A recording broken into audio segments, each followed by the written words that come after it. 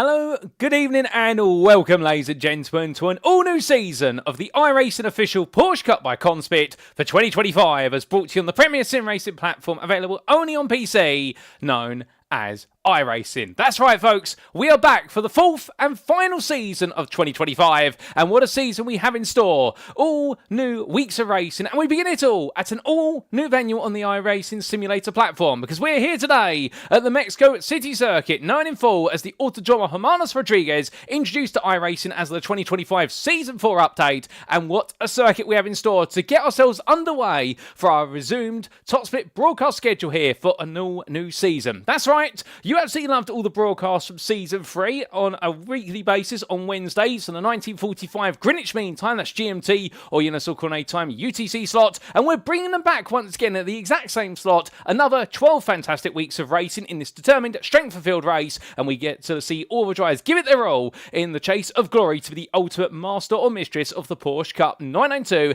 GT3 machine. But as we get ready to go racing again today, well, we may have had a week's break, but it's done nothing to calm the nerves of our drivers. If anything, it's only intensified the adrenaline, and we look forward to seeing it unleashed onto the best part of what is 4 miles of tarmac today. Well, in fact, 4 kilometres of tarmac, 2.67 miles in actuality, and this Grand Prix circuit is going to play the host of our drivers as they get ready to go racing. But where are my manners? Allow me to welcome you all to this live broadcast from Circuit Side. You're tuning in right now on YouTube at youtube.com and search for TX121TX, alternative Paul Walsh, and in the commentary booth you have myself. My name is Paul Walsh, also known as TX121 or Brit in the Spit, depending on what media you follow me on, and I'll be bringing you all your racing action as it unfolds over the course of this season. But as we get ready to make our way then into an all-new season, let's quickly recap right now what is on our schedule for today, as the drivers are currently in their qualifying session and they're only a couple of minutes away from going racing. Well, as we can see, we've got an absolutely packed schedule. It begins on Wednesday the 17th of September, i.e. right now at the Autódromo Hermanos Rodríguez. In a week's time, we make our way to a regular favourite, the Portimao circuit or the Algarve International Circuit for week number 2.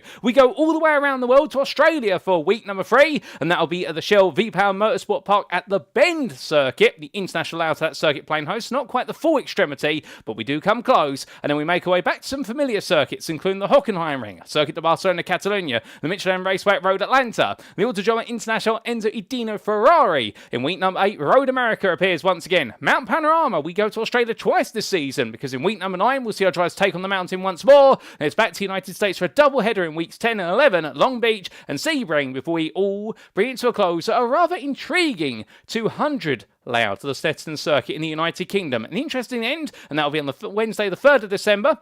As we make our way towards Christmas. So could we see some early Christmas gifts of our racers? We'll have to wait and see. But one thing's for certain is we are going to definitely see some brilliant action tonight at the Autódromo Hermanos Rodríguez. Our drivers will be taking on its Grand Prix layout, the circuit located within the limits of Mexico City, the capital city of Mexico, and a city which is without a state in the country. It used to have a state, however it was moved out of the state and treated as an independent city. In commemoration for that, it is the capital city of the country, and therefore it was deemed inappropriate that it was part of a Mexican state. A little bit of geographical history for you there. But as the drivers get ready to go racing, a wonderful circuit map provided to us by our host simulator, of course, iRacing. A big thank you for iRacing.com for enabling this to happen. 17 corners, 2.67 miles, and through it all, an interesting contrast. Extended straights, tight corner sequences, fast flying corner sequences as well. Our drivers will definitely have plenty of overtaking opportunities available to them, but they'll also need to have their wits about them. In the fact, for many, this will be the first time they've turned on the tarmac here in Mexico, and therefore we'll see who are the fast learners versus those who need a little bit more time. But before we go racing, a quick reminder of the rules for the iRacing official Porsche Cup by CONSPIT series. This is an open setup series with drivers bringing their own setups to each and every week of racing. The grid shall be set via a closed qualifying session, which is currently ongoing. They have an outlap plus 2 flying laps, and the race shall commence via a standing start, as it's a tradition of Porsche Cup racing. Drivers shall receive a drive-through penalty if they accumulate 70 or more instant points, and should they get 25, they'll be disqualified. But hopefully we don't see that today. But let's make our way back to circuit side then, and good time as well, as Aidan Pohl crosses the line, and he puts in his final qualifying laps there, and indeed making his way on down here. Many of our drivers right now getting themselves to their final qualifying laps, albeit Philip Schmitz making his way onto his final lap, we should say, and as he charges his way down the extended start-finish straight, the longest straight on the circuit, we have got plenty of new faces here today. We've also got some veterans, 7 drivers on this best part of what is 23 driver grid. being veterans, and perhaps none more so than 10,200 iRating driver of Heidi Nurmamasi, the second place driver in our season opening, what was season 3 at the Circuit de Spa-Francorchamps, after he did have to go through some grass trimming in order to come home second in a brilliant battle between himself and the likes of none other than what was the highest iRated driver on iRacing service at the time, Aaron Vasquez, and also Bernardo Ferrier. But it definitely was Nurmamasi who in the end brought home that brilliant second place finish, and we look forward to seeing plenty more for him today, as he has proven to be the fastest driver in this qualifying session. But as we said, we have got plenty of new faces, and well, one of them there was Philip Schmitz. We've also got Rafael Kamara here, who's new to the grid today. Also Ian Trevor. We've also got Marcus Mayer, Mihai Chifor. We've also got Jesse Spans, as we do see Spans making his way on through in towards the Stadium Arena section, and as he does so here, we're right now just trying to keep it together in the low light. Very tricky to do, to be fair, at this circuit, and indeed a circuit of very intriguing corner combinations, lots of quick fire direction changes, but Spans right now making his way on around and looking to just get himself nicely settled down. But as I try to make the way towards the end of the session, there you can see on the timetable left hand side of your screen the iRatings, and well, Mamasi being our highest iRated driver there, and I believe in fact closer to 10.5 iRating rather than 10.2, so I do apologise there. But it does mean we have an average strength for field of 3,710 for our opening week's strength for field race. And well, that to be fair is not too bad, given the fact we have seen strength for fields oscillate between 3,000 and 5,000 over season 3. And given the fact that this circuit is brand new and may not be immediately popular with everybody, you have to expect the fact that not everyone's going to have the circuit available to them. But speaking of availability right now, he runs a bit wide there coming through turn number 16. That is going to be invalidated lap for Rafael Kamara, and therefore he is going to be starting from towards the back of the grid with no lap time set, much like the likes there of Brian Lockwood and also Andreas Kerbschmame. And we can also see Adam Koenig, 4 drivers there yet to get a lap on the board as this qualifying session comes to a close, and it's time to head to the grid, ladies and gentlemen, for our first broadcasted race of the season.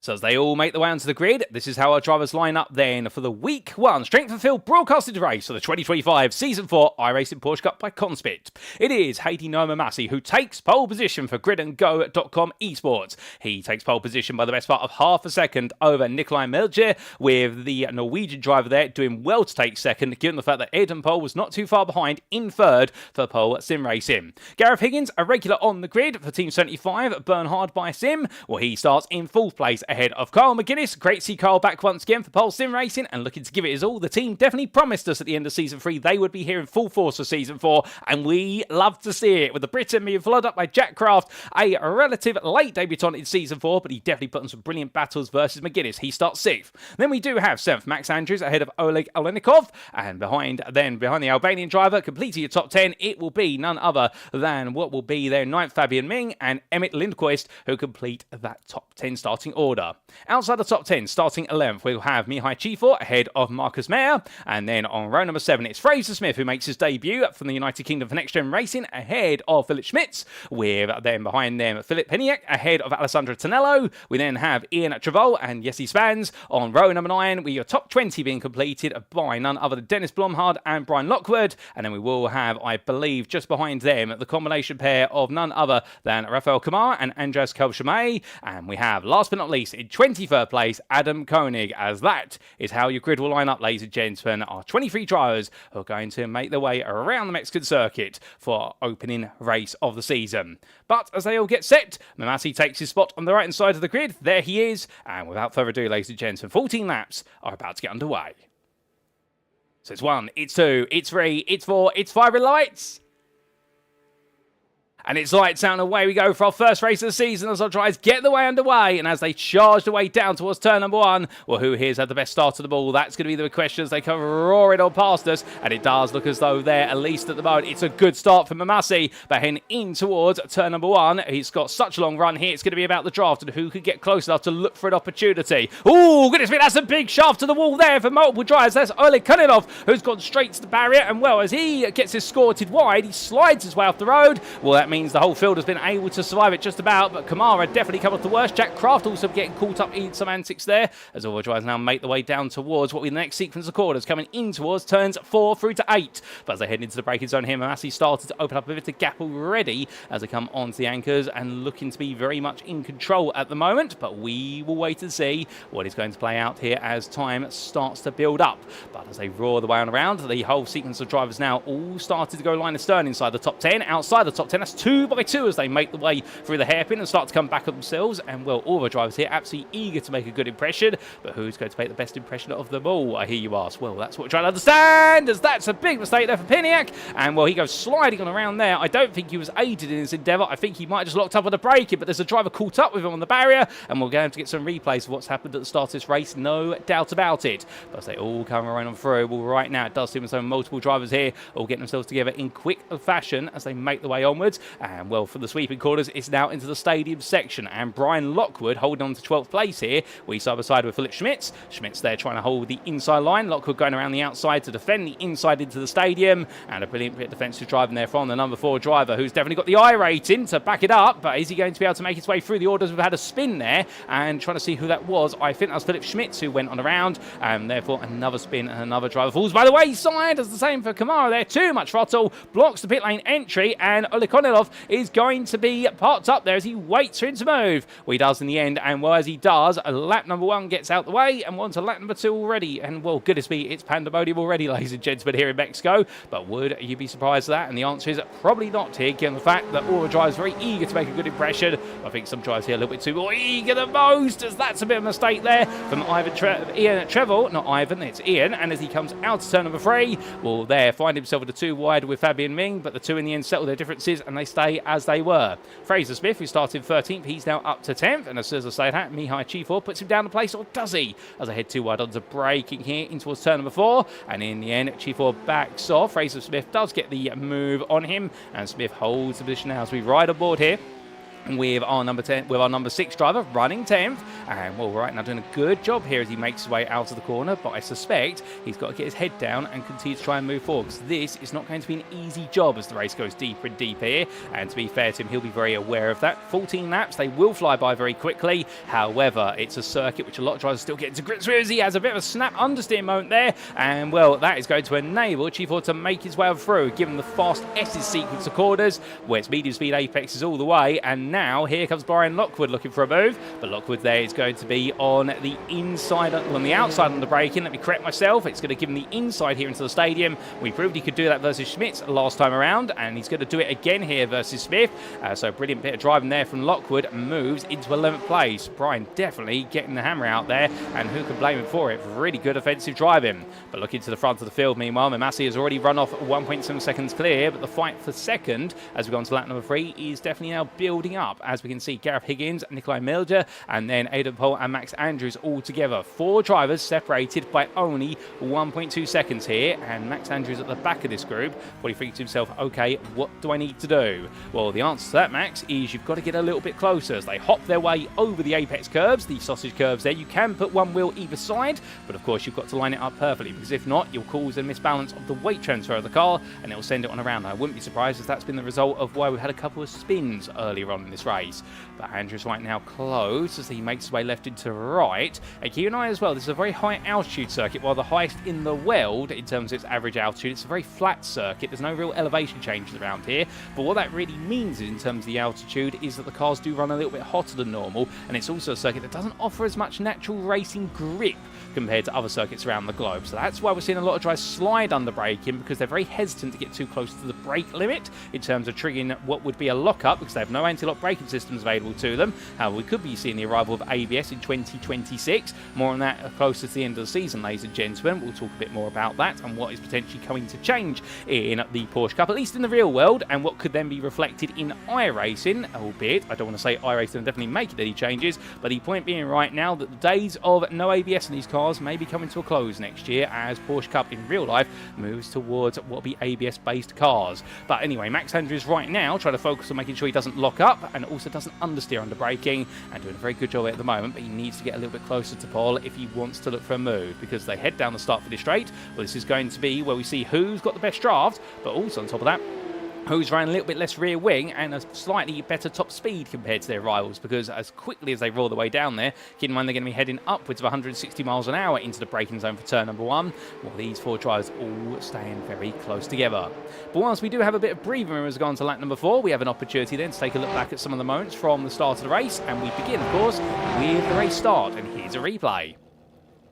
Now, this was the start, but we're going to focus in particular on Rafael Camara, who was starting towards the back of the field. And what you'll see as the drivers got underway, there was a little bit of difficulty for one of the drivers who was blinking in and out of existence. But Massey got underway quite safely. The rest of the field gave pursuit and then started to battle. But for Camara, as he made his way down, well, what exactly went wrong here for him? And the answer is, well, I believe under braking here, what did he get caught up in? We will see. Was it Camara who got caught up, in fact? I'm not 100% sure. No, it was not. It was the number 15 getting pranked there. That was Jack Craft getting caught up. My apologies. And Craft in the end comes sliding to a halt before he'd even got anywhere down the road. How was that for an on board with Craft is the answer.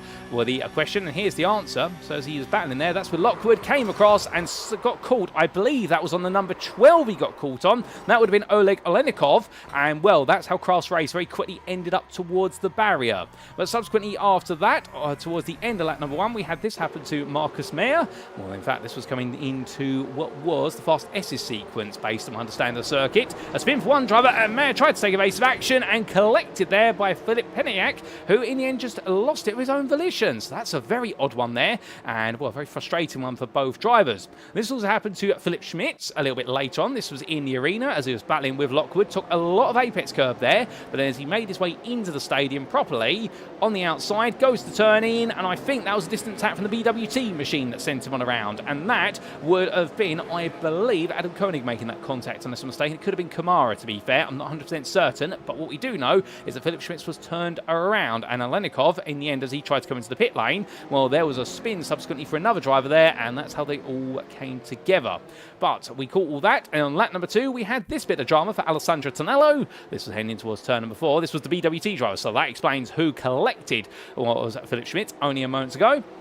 And, well, as he went into the braking zone, just went way too deep, missed his braking point, and came to a halt. And then on lap number 3, we had this for Jack Craft and Jesse Spans. And, well, as they made their way into the same braking zone, too wide they entered. And, well, Craft in with already a damaged Porsche. Well, Spans got it wrong, came back on, tapped the rear Craft, sent Craft round. Spans lost it in turn. And, well, it was synchronised spinning there as the whole field then tried to carve its way between all the stricken drivers. And, well, we'll come back to your live racing now, ladies and gentlemen, because we had some replays of the opening 3 laps. There was also some other drama for Andraz Kubashamaya, but we have not had the opportunity to catch that, and we don't want to miss too much more of your live racing.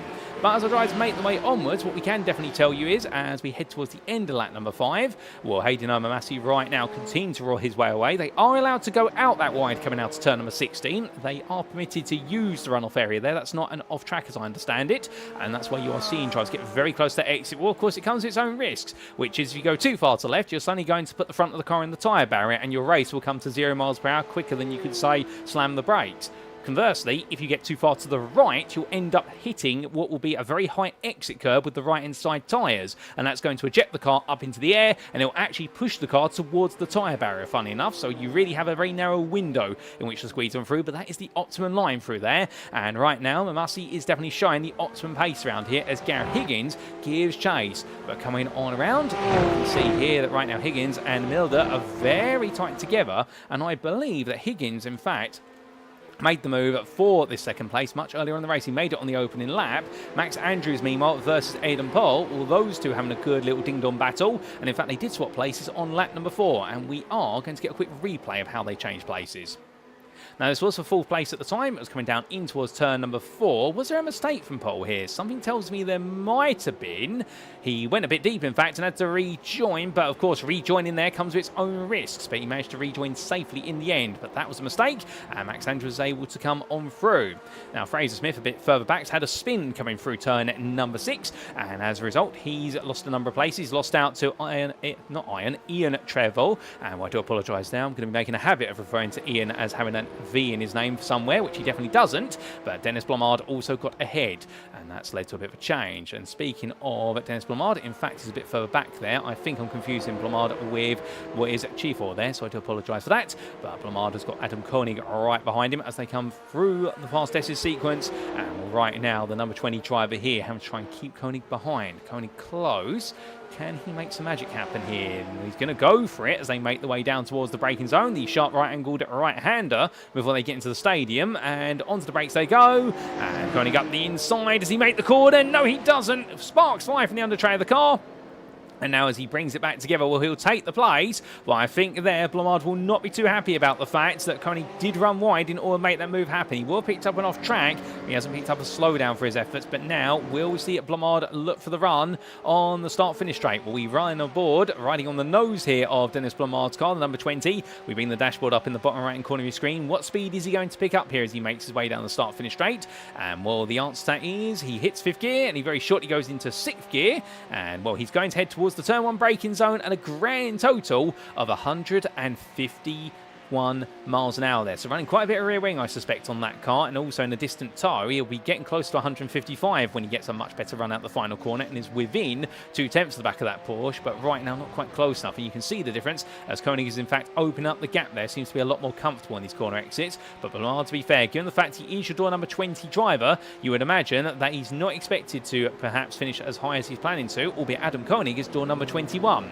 So the theory actually would be these two would be fighting each other. Because remember, door numbers on cars in iRacing Official Series, they are dictated by your I rating relative to the rest of your peers. So Heidi Nomamasi is door number 1 because he is the highest I rating driver. Meanwhile, at the other end of the spectrum, door number 23 driver, that is none other than Jesse Spahns. Well, he is the highest I rating driver, and therefore he's got the biggest I rating to gain and the least to lose. Whereas Nomamasi, of course, if he finishes anywhere other than first place, he's very likely to lose some I rating or barely gain any at all. But coming from the theory of I-rating numbers, coming to the numbers we see on our pictures, Gareth Higgins and Nikolai Milder here. Milder back within 3/10 again. And, well, Gareth Higgins, of course, a very established podium finisher in these top split races, having picked up multiple podiums over the course of the Season 3 campaign, and also wins, including most notably, of course, in week number 11, that brilliant win where he took the lead off of Philip Hammer early on in the race and held him off, plus also Victor Nielsen over the racing distance. And, well, just one of the many of the stories that year where we did see Gareth Higgins absolutely deliver some star-studded performances. And also, of course, remember in week number 7 where he started 7th on the grid and finished in 2nd place. He picked his way through the field as Philip Hammer just ran away with things. And still, Philip Hammer not on the grid today, and we hope to see him as the season goes on, because we would not be without our star from Germany. But right now, well, it's our Briton versus our Norwegian driver here, and they're both putting on an absolutely brilliant show. As Massey, meanwhile, checked out of this race a little bit. You can see him off in the distance, but these two staying nice and close together. But as they make the way around, we do say hello to a couple more of you in the YouTube chat. Well, firstly, we didn't get a chance to say hello to Scanigan there in the YouTube chat, who was there and put go, go, go before we got even underway. That's his enthusiasm. I absolutely love it, I can tell you that. We also say hello to Mark Kent there, who says, nighttime at Mexico, this should be fun. Indeed, our driver's having plenty of fun without the sun right now as Pieniak moves up the inside on a very heavily crumpled car. I must say, that's definitely had to be hammered out, or it will be after the racing before they take it to round number 2 in a week's time. Will be the Algarve circuit, but right now, Pieniak doing a fantastic job of trying to carve his way back through the field, and that was a move for 14th on Blamard. And, well, his next target is Adam Koenig, who's 2.5 seconds up the road, but Pieniak in clear air is the faster driver there, as Philip Schmitz, meanwhile, takes a very, very risky straight line coming through the S's, and that almost led to him picking up a slowdown for track limits. However, he's got away with it this time. I suspect he would have lifted off the throttle because these curves are a lot higher than they look. As meanwhile, speaking of slowdowns, well, Rafael Camara has picked one up for a little bit earlier on in the lap, and he's had to serve it as that's a poke in the nose there from Jack Craft. And, well, did he make it work versus Schmitz? The answer is almost. He got Schmitz to run deep, but Craft himself realised if he'd gone any later on that, he would have sent the pair of them around. As we ride on board here with your 17th place runner at the moment, he goes very deep into the final major corner, and as he curves his way out to turn number 17, well, that poor entry into the corner has definitely cost him a lot of time as he makes his way down the start-finish straight. You can see how much time he's lost because that gap has opened up to 5.5 tenths. He will start to regain in the long term, but by the time he gets 2/3 of the way down the straight, he'll only achieve speed parity right now because Schmitz does have the toe of Blamard right in front of him, which he's able to use to his advantage. That's why Jack Craft has fallen a long way back, and he's not quite going to be there right now to look for a move as they go on to their 9th tour of the circuit under race conditions. But right, left, right they go. The brilliant direction changes here, really making it tough on car and driver alike. But Craft right now is looking to try and find a way a little bit closer. But Blamard, meanwhile, Schmidt's looking up the inside, and we are aware that Fraser Smith is battling a bit further up. We'll take a look at that in a second, but that's going to be a dive up the inside there from Schmidt. A straightforward move. Lamar tries to get back at him, but to no avail there, and Philip Schmitz moves back into 15th place. A classic move. But from there, we look to Fabian Ming, who's currently running in 8th place in the number 7 car. He's got Brian Lockwood right behind him, and Brian, who had a dismal qualifying session, started all the way down in none other than what was 20th place. Well, I'll tell you one thing, he's already up into 9th. He's gained 11 places, and I think he feels they can pick up a few more before the job's done today. But right now, Fabian Ming is doing a good job of keeping him at bay. And after it, it's Emmett Lindquist, who is 1.5 seconds up the road, and that is not a big gap to close down. But coming back to the battle between Blamard and Craft, Craft is going to try and go around the outside here into the braking zone before the stadium. He's already ahead, and Blamard's going to back off there, let it go, and then coming up behind him, that is a lap down car in the form, I believe, of none other than Oleg Olenikov. And Olenikov here, who was a much faster driver in qualifying. Of course, he has found his way a lap down. He's flashing his lights there, and I get the feeling that Blamard right now is going to essentially be saying underneath his visor, well, thank you for flashing me, but I'm not going to give way just because I want to stay with the guys in front. You are a lap down. I think Olenikov, meanwhile, has the idea, well, look, you're losing the guys in front. Let me through, pull me along the straight, let me go up the inside into turn 1, and I can get you close to the guys in front because I can be a bit of a disruptive force. So those two are definitely trying to work things out at high speed. We refer to that as the racer's Morse code. As I head into the braking zone, Olenikov looks up the inside, but doesn't have the confidence under the brakes to send it all the way in. Looking further up, however, battle for position, that is Ian Treble, right now keeping Fraser Smith behind. Smith's definitely been in the wars between himself, Treble, and Chifor, albeit positive, I should point out. They continue to battle, and just a bit up the road, that's too wide into the S's sequence. That's Brian Lockwood versus Fabian Ming, and will we catch it midway through? And here they come. Lockwood on the inside now into the final right into left portion of this, and that is going to be Lockwood up into 8th place, but not without a challenge from Fabian Ming. We can definitely tell you that. It's not over yet either, because he makes his way into the braking zone for the stadium. Well, he's going to look around the outside here. Lockwood on a much tighter line. He's got to be careful not to overextend the corner, but absolutely nails it under braking. And well, Lockwood does seal the deal there for 8th place. But let's take a look back at that, because that was a brilliant piece of battling action between these two. So it all started then coming out of the second set of corners and heading in towards the S's. And Lockwood, well, he was on the outside initially, but starts the outside, Ming's into the space, just about. Lockwood had so much confidence in the grip of the right-hand side tyres of his car. I think Ming did not expect him to go in. I think he backed off in case Lockwood turned in very aggressively. But Lockwood, in the end, just had so much grip, he was able to get ahead and make that happen. What a brilliant run around the outside. But we must come back to your live racing, ladies and gentlemen, because we have got Fraser Smith now doing battle here, and this is down the start finish straight on lap number 11. We look back to them on your live pictures here. Ian Treble and Fraser Smith side by side. It's Smith on the inside. Treble comes across. Smith's got barely any room to breathe, and in the end Treble pulls over just before the braking zone. He's trying to play Smith as they make their way through door to door as they come through. Smith in the end goes a bit deep. Treble back on the inside here. It's war, and as they come through turn number 3, Smith comes across, collects the side of where it's Mihai Chifor, and Smith's not too happy about it, but I think Treble would say, well, look, you squeeze me, I squeeze you.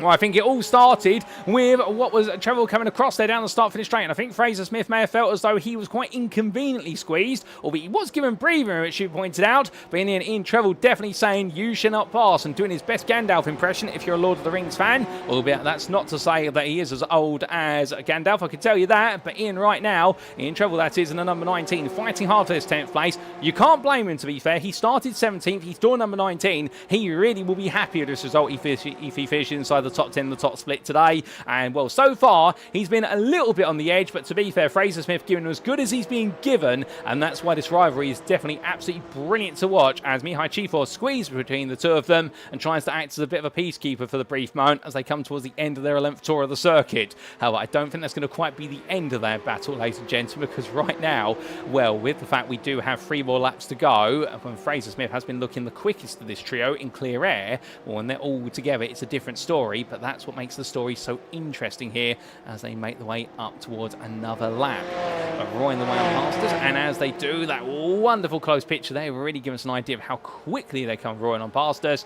Well, meanwhile, all these drivers making their way down the start-finish straight, and we do look all the way back to Jack Craft here in 16th place, who's trying to find his way back ahead of Philip Schmidt as the battle for 15th rages on.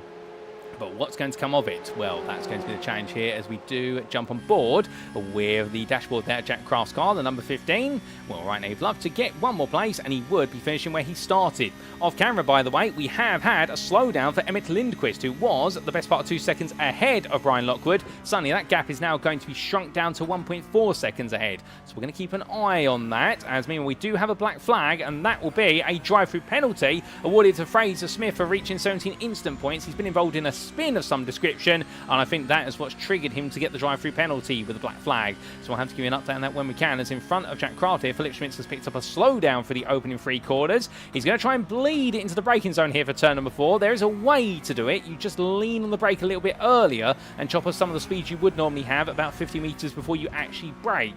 However, you've got to be careful, because if you do it with a car that's very close behind you, the car behind may not know it's about to happen, and well, suddenly that car's going to come straight into the rear view. But Schmitz makes it work, and Jack Craft in the end doesn't really gain anything out of it other than he gets a better picture of the rear end of the number 17 car. So therefore, good tactics being played out by Schmitz, and well, he's still over the back of Piniak as they make the way towards the end of the Estes sequence. But from there, we take a look back at what happened to Fraser Smith only months ago, and here's the replay, ladies and gentlemen. Now, this is what triggered Fraser Smith receiving a drive-through penalty for instant points. He was the 3rd car in this running order there, and as he made his way into turn number 1, got close to the rear of Chiefle's car, but in the end carried a bit too much speed through turn 1, and the rear of the car just let go. Unfortunately there for Fraser, he'll be kicking himself for getting the drive-through penalty, but still, given it's his debut in the top split, and he did message me in the build-up to today to say about the details. Well, he definitely wanted to be on the grid, and he is on the grid, and he has put on a great show there, so even though he's going to fish a bit further down when he serves that black flag, he shouldn't be disheartened. But whilst that's happening, well, Philip Piniak has got Philip Schmitz, Jack Craft and Adam Koenig all with him now. It's a 4-way fight for 13th in the penultimate lap, and as they head down the start for the straight here, they all fan out. It's going to be Schmitz on one side of your picture, and it's Piniak on the other. Piniak on the left, Schmitz on the right, and in the middle, Jack Craft says, I don't want to be in that, I'm going to be daft. And once they make the way through turns 1, 2 and 3, it's getting very, very pokey here between them all, and Piniak in the end manages to survive the curbs of the first 3 corners, still holds onto this for now, as they're all fanning out around him here, and one side of him is going to be Schmitz, on the other side is Craft. Piniak in goes defensive to the inside. Schmitz is going to try and go around the outside here under braking. Can he get it done? As Craft looks to go 3 wide, he goes very deep, does Craft. Meanwhile, Koenig now says, okay, it's my time to shine. He goes around the outside of Craft. Can Koenig get Schmitz as well? No, he can't is the answer, but that's a good bit of opportunism there from the number 21 driver. He may not be the fastest out there. Right now, he's the slyest of all the runners, but I can tell you one thing, Adam Koenig, he's definitely one of the smartest. And as they head in towards the S's now, he'll take that place, and he'll be all over the back of Philip Schmitz as they make the way towards the final lap. Speaking of which, the final lap has just started. Hayden Nomamasi, our race leader, 6 seconds clear of the field, has gone onto it. We'll pan to him in a brief moment, ladies and gentlemen, but right now, this battle outside the top 10 for the final spots inside the top 15 is absolutely thrilling. As Jack Craft now has a good exit coming out the S's. In towards the stadium he goes. He gets ahead of Koenig there. Koenig onto the back of him now, and Will Schmitz is clear for the time being. Craft goes defensive. Koenig gets elbowed out a little bit there based on position, not contact. He looks up the inside, but he's too far back to try and make a move through the stadium, and he'll stay there as Fraser Smith comes into the pit lane. We've also got a black flag for Philip Schmitz, and that is going to mean he's got to come in at the end of this lap, and if he doesn't, there will be time added on at the end of the race, and that time is even more costly. So therefore he comes into the pits immediately, and that slightly breaks up our battle. But what a battle it was, ladies and gentlemen, no doubt about it, as the drivers head on to their final lap of the circuit. But as they do, well, we looked at Emmett Lindquist here. Remember, he picked up a slowdown penalty, and that slowdown has completely stumped his momentum for 7th place, because now Brian Lockwood is right behind him and looking to try and find a way through. But Lockwood goes out a bit wide there. He'll get away with it this time or thereabouts, but I don't think he'll get away with it for too many more times if he makes a habit out of it. But thankfully, it is the final lap. Speaking of which, well, as Gareth Higgins keeps Nikolai Melder at bay, well, we look to the very front of the field. And for Hayden Nomamasi, what is there to say? on pole by half a second almost as he makes his way through the final quarter. He may have taken second in the season opener of Season 3, but in the season opener of Season 4, Heidi Massey, take a bow, good sir. You are a race winner in the top split broadcast by 7 seconds in the end over Gareth Higgins, who holds on for another second place. What a brilliant run of podiums he's had over the course of this year. Ahead of Nikolai Melder, who finishes third on his debut. Aidan Pole there for Pole Sim Racing finishes fourth ahead of Max Andrews, his teammate. And then we see Carl McGuinness finish sixth. He's very happy with that performance, one of his best performances of the season so far. We then do have Emmett Lindquist finishing seventh ahead of Brian Lockwood. He held off Lockwood at the end. I think Lockwood, in fact, running out of fuel at the very finish line. Fabian Ming was ninth place, and a bit of a quiet race for him after his early battles. And then we will see Ian Trevel. He'll hold on to 10th place, and what an effort from Mr. Trevel there. A phenomenal run to that 10th place. That will feel like a win to him, given where he started in 17th. Mihai Chifo, meanwhile, comes home best of the rest there, and a great drive from him. Not quite on the pace of Trevel, but to be fair, did very well to hold on to where he started. And then we will have in 12th, Philip Peniak. But as he makes his way to the line, we've got more black flags coming up here. One for Adam Koenig. That is going to be a post-race time penalty. The same for Jack Craft. That's good to mow him all the way down the field, but they finish 13th and 14th on the road. Andreas Kelberschmeier, well, he finishes in 15th on the road ahead of Fraser Smith, who's 16th. We then have none other than Dennis Blamard, who finishes 17th in a frustrating race for him, ahead of Philip Schmidt. And then it will be Jesse Spahns who rounds off all of your finishers, ladies and gentlemen, as he makes his way to the line. And we did have a lap down finish in the end, or we will do for Alessandro Tonello. And, well, to be fair for Alessandro, even though he's finishing a lap down in 20th place, give him credit where he's due, because he is going to be bringing it on home in the end, and he will be happy to see the checker flag, as we also did have 4 laps down for Oleg Olenikov. He will classify as a finisher, and well, that concludes our race, ladies and gentlemen. Goodness me, what a race. And as we take a breather, we have an opportunity to say hello to Spitty there in the YouTube chat, who was cheering on Pole Sim Racing's Max and Aidan. That was Max Andrews and Aidan Pole, and remarking earlier about their battle, as let's remark about the battles up and down the field by taking a look at the provisional race results, subject to any stewards' inquiries. What a 14-lap race here at the Autódromo Hermanos Rodríguez, named after 2 brothers who unfortunately died well before their time in the world of motorsport. But for week number 1 of Season 4 of the 2025 iRacing Porsche Cup by CONSPIT official series campaign, Heidi Massey taking the first string for field race victory here today for gridandgo.com esports by 7 seconds over Gareth Higgins. The Team 75 Bernard by Sim RC driver. He may not have had the pace to keep Massey honest, but what he definitely did do is make sure that Nikolai Melder did not take second place back. Melder in the end falling to third, but that's where he finished for Racing Lab Esports in an absolutely stoic drive, ahead of Aidan Pole, who took 4th place there for Pole Sim Racing, ahead of teammates Max Andrews and Carl McGuinness. But it's great to see the trio all together there, and 2 of them inside the top 5. McGuinness, he did well to break away from Emmett Lindquist, who finished 7th in the end, and will probably be kicking himself for the stress he put himself under right at the end due to a slowdown penalty. But that stress did not steal away his 7th place, because Brian Lockwood huffed and puffed, but in the end Lockwood ran out of a bit of steam, having started all the way down in 20th place. 8th place finish there. That is nothing to be upset about. Fabian Ming finished in 9th, the Swiss driver there, ahead of Ian Trevel. And Trevel doing a phenomenal job, the Spaniard, to bring it home inside the top 10 in the number 19 car, just ahead of best of the rest driver Mihai Chivor. Philip Peniak finished 12th, and this is where now we have a number of black flags that have shuffled the order a little bit. And what we can see there is that Andreas Kubashamaya has been promoted to 13th place there. The Austrian driver finished 15th on the road. Fraser Smith, he finished 16th on the road after his own black flag, but then has been promoted to 14th, and then Dennis Blomard has been moved to 15th there, and then we suddenly see Jesse Spahns in none other than 17th. He did not gain as much because Philip Schmitz, he had a black flag but took 16th there, so that's where the first of our black flag drivers ended up in the end, in none other than 16th place. Jesse Spahns took 17th, the Dutchman then being followed up by the Polishman from Kulkas crew of Adam Koenig, who is black flag put him back to 18th place, and Jack Craft the same, down to 19th in the end, and what a gutting end to his race after being in the fight for so many laps. Alessandro Tonello, the Italian driver there, finishing a lap down, round off your top 20, and outside the top 20, a last finisher 4 laps down, Oleg Olenikov. A lot of pace for the Albanian driver, but unfortunately the opening couple of laps were not to be his to be remembered, and that meant that he really was on the back foot and time trialing for the majority of the race. However, he'll take the spirit forward for the remainder of the week and going into week number 2, as will Rafael Kamara, who had a very frustrating race right from the get-go. And for Marcus Mayer, well, it was not even a lap in the end, and unfortunately we lost the German driver before he even completed a single tour of the circuit.